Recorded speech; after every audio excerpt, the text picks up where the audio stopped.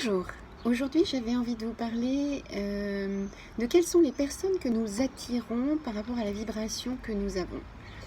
Donc de pouvoir en fait se rendre compte que selon la vibration que l'on va émettre, on va être l'aimant de personnes qui sont plus ou moins dans l'abondance ou qui sont plus ou moins dans la générosité, etc.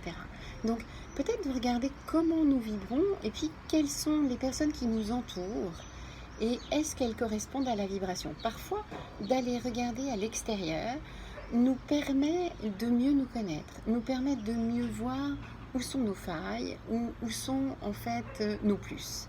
Donc quand effectivement on va se retrouver à avoir une vibration qui va être basse, et bien à ce moment-là, on va attirer des personnes qui vont avoir elles-mêmes cette vibration basse.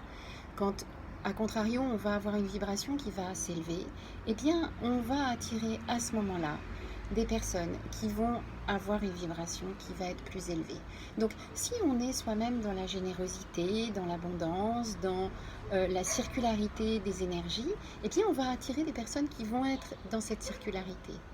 Si on est dans la rétention, on est dans le calcul, on est dans les objectifs, donc on ne va pas être dans cette circularité d'abondance.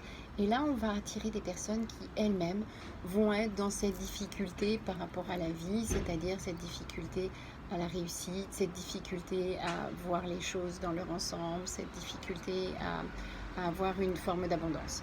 Donc, peut-être de regarder un petit peu qui on attire autour de soi et du coup où on en est, nous, de notre vibration. Voilà, c'est comme si c'était un petit miroir qui permet de mieux se connaître et voir à travers les personnes qu'on attire où on en est soi. Voilà, c'était cette petite bulle d'aujourd'hui. Je vous souhaite une belle et heureuse journée et puis vous pouvez toujours me retrouver sur YouTube, Instagram et Facebook. Bye bye!